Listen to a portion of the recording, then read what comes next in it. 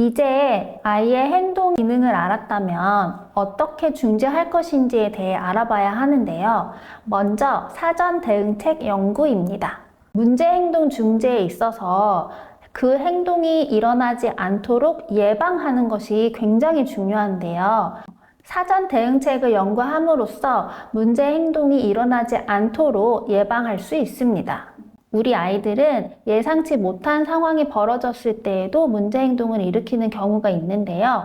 그런 부분들을 예방하기 위해서 먼저 오늘에 일어날 일, 오늘의 상황 등을 알려주는 것도 방법입니다. 이러한 방법은 시각적인 자료를 활용해서 가르쳐도 좋습니다. 또 문제 행동을 유발하는 요인이 주변에 있으면 미리 제거합니다. 예를 들어 아이가 숙제를 해야 하는데 옆에 태블릿이 있으면 숙제를 하다 말고 태블릿을 하는 경우들이 있죠. 그런 상황들을 대비해서 공부하기 전에 태블릿을 미리 치워줍니다. 또 아이가 해야 하는 과제의 양이나 레벨을 미리 낮춰서 줄 수 있습니다. 행동 계약서를 통해 미리 약속을 하는 방법이 있습니다. 행동 계약을 통해 우리 아이와 약속한 내용을 먼저 이야기를 나눈다면 아이도 계약한 내용을 상기할 수 있습니다. 이때 아이가 약속을 지키면 어떤 강화물이 기다리고 있는지 알려주면 행동의 동기를 높일 수 있습니다. 또 아이에게 선택지를 제시함으로써 문제 행동을 예방할 수 있습니다. 사전 대응책을 작성할 때에는 이 방법이 정말 필요한가? 이 방법이 효과적일까? 라는 생각을 하면서 적는다기보다는 일단은 모든 아이디어를 다 적는 것이 중요합니다. 아직은 중재 방법을 결정하는 게 아니라 중재 방법을 선택할 수 있는 예시를 작성하는 것이기 때문에 어떤 아이디어든 일단 적어둡니다.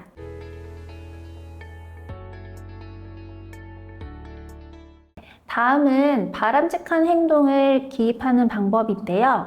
우리가 바람직한 행동을 알려줄 수 있는 방법이 3가지가 있어요. 의사소통 기술, 지시 따르기 기술, 그리고 여가 활동입니다. 의사소통 기술은 아이가 가지고 있는 문제 행동의 기능에 따라 아이에게 적절한 의사소통 방법을 알려주는 것입니다. 또 지시 따르기 기술은 사전에 일과표와 같은 시각적 자료를 활용하여 아이와 약속을 정하고 계획된 일을 다 한 뒤에 하고 싶은 것을 하도록 하는 것입니다.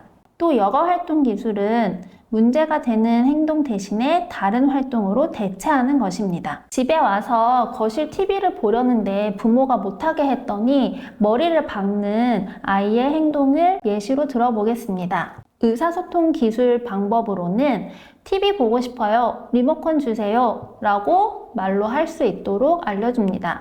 아이가 적절하게 의사소통을 표현할 수 있도록 알려주는 것이 의사소통 기술 활용법이고요. 이때 중요한 것은 아이의 수준에 맞는 표현법이어야 한다는 것입니다.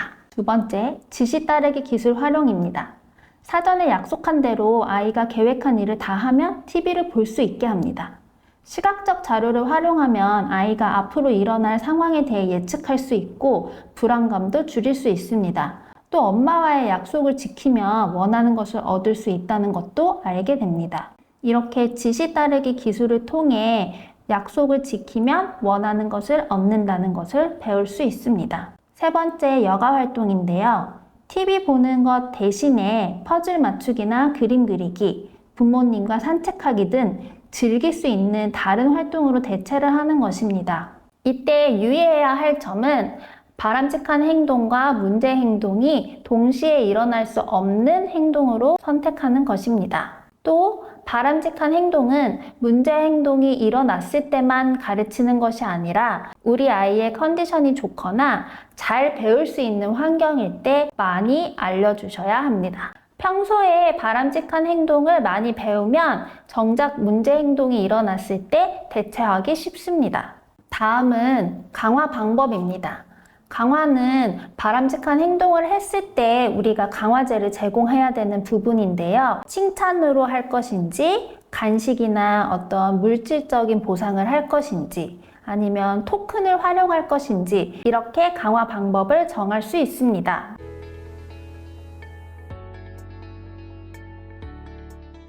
전략 시트를 통해서 사전에 대응할 수 있는 방법, 바람직한 행동을 가르칠 수 있는 방법들을 계획했는데 이런 방법들을 사용했음에도 불구하고 우리 아이가 문제 행동을 일으키는 경우가 있을 수 있어요. 그럴 때는 당황하거나 화내지 마시고 덤덤하게 우리 아이가 해야 할 행동을 알려주세요.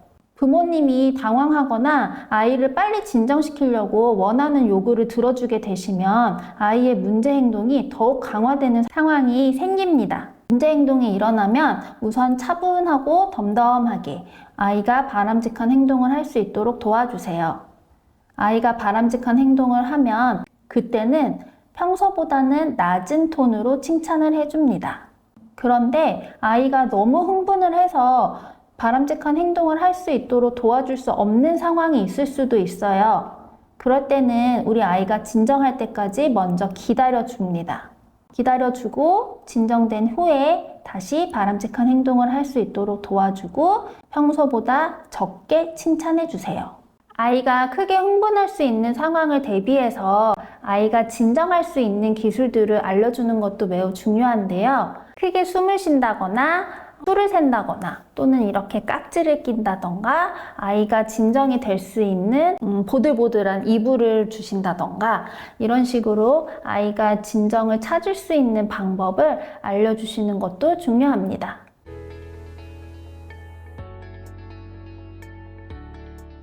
전략 시트를 다 작성하셨다면 이제는 정말 중재를 어떤 방법으로 할 것인지 선택을 합니다.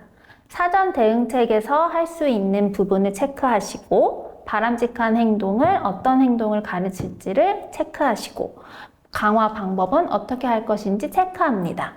행동 중재를 하고 있을 때에는 꼭 확인해야 할 것이 있는데요. 바로 일관된 중재가 이루어지고 있는지 확인하는 것입니다. 행동 중재가 시작된 이후에도 우리 아이의 행동의 빈도, 지속 시간 등을 같이 기록을 해주셔야 행동의 중재 효과를 확인할 수 있습니다. 행동 중재가 시작이 되었는데 아이의 문제 행동이 좋아지지 않는 것 같다고 중단하지 말아주세요. 아이에게 혼란만 가중될 수 있습니다. 일정 기간 중재 방법을 유지하면서 문제 행동의 발생 유무, 시간 등을 기록하면서 중재 방법이 효과적으로 진행되고 있는지 확인합니다.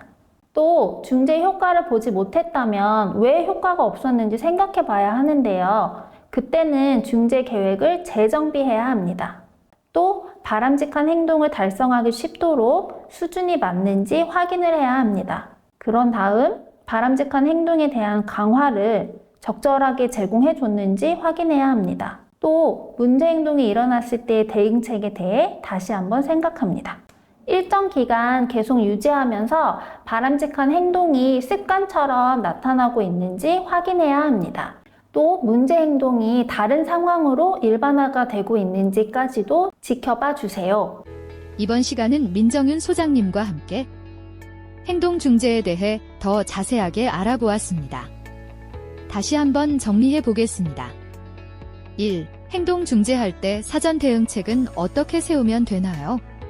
사전 대응책을 세우면 문제 행동이 일어나지 않도록 예방할 수 있습니다.